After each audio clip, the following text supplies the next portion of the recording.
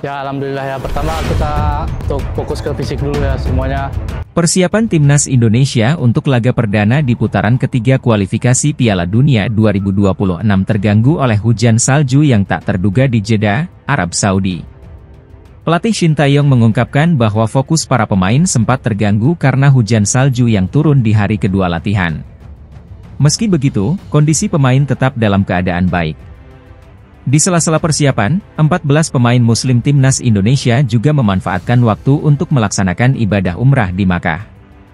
Di antaranya Ragnar Oratmangoen, Asnawi Mangkualam, dan Pratama Arhan. Meski hujan salju adalah fenomena yang jarang terjadi di Arab Saudi, Timnas Indonesia tetap berlatih maksimal di bawah pengawasan Shin Tae-yong yang terus memantau performa anak asuhnya.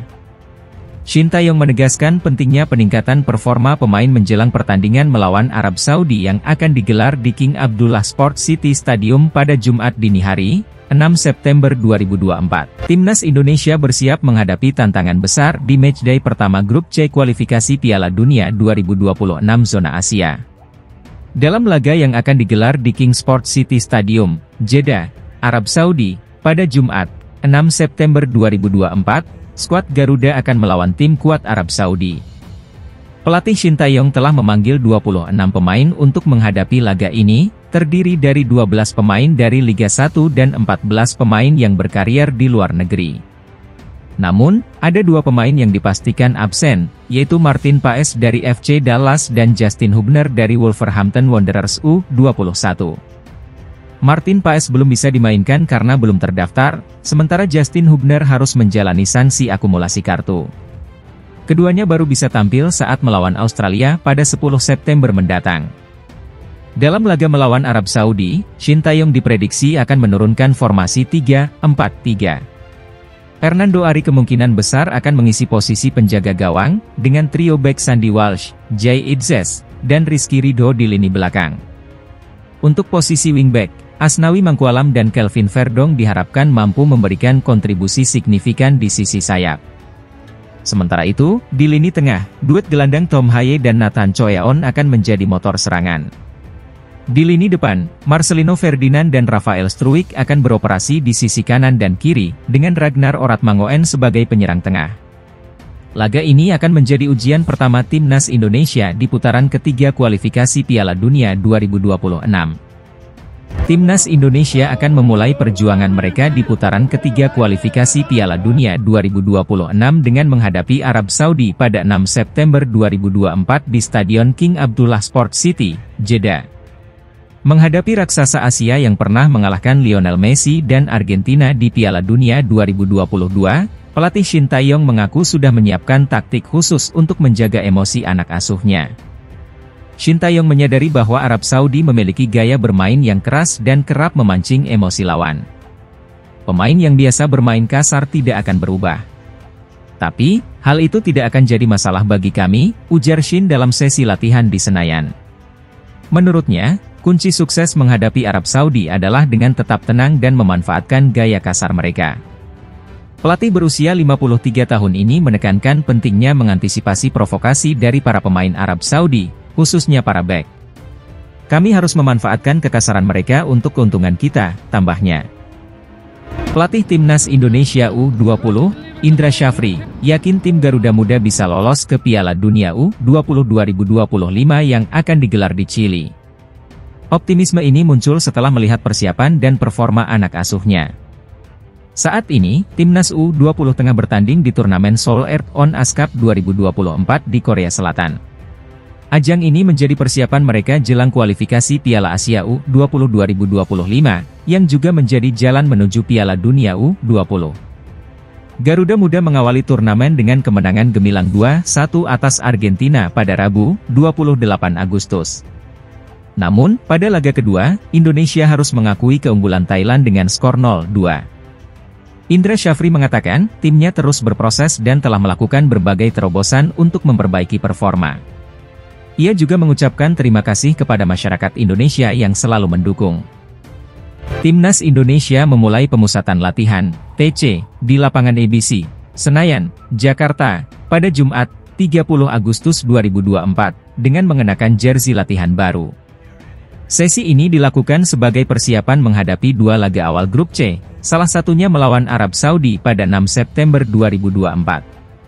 Dalam TC yang dimulai pukul 17 WIB, terlihat 12 pemain yang hadir dari total 26 pemain yang dipanggil.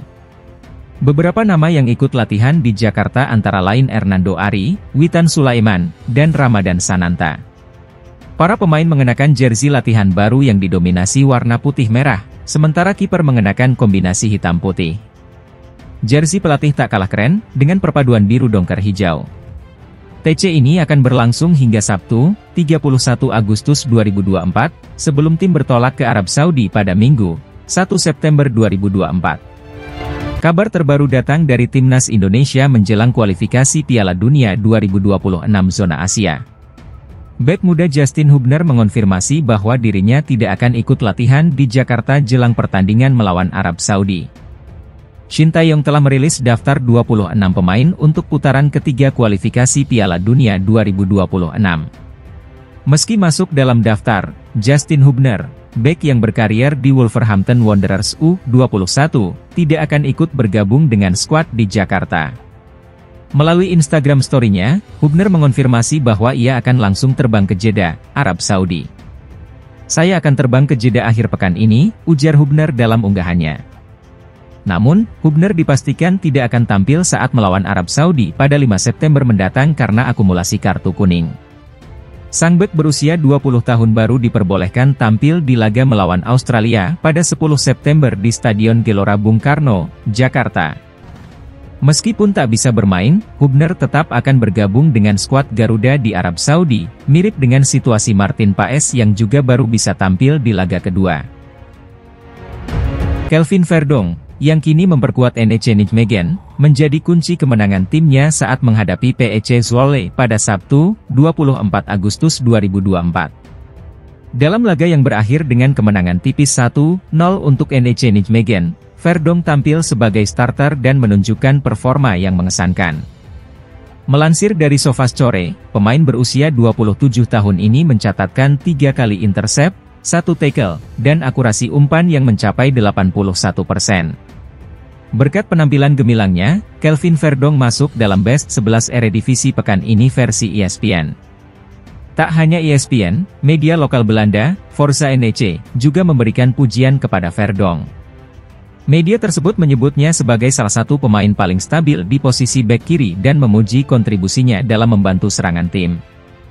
Sang bek kiri merupakan salah satu faktor paling stabil dalam tim Rogier Meijer musim lalu, tulis Forza NEC.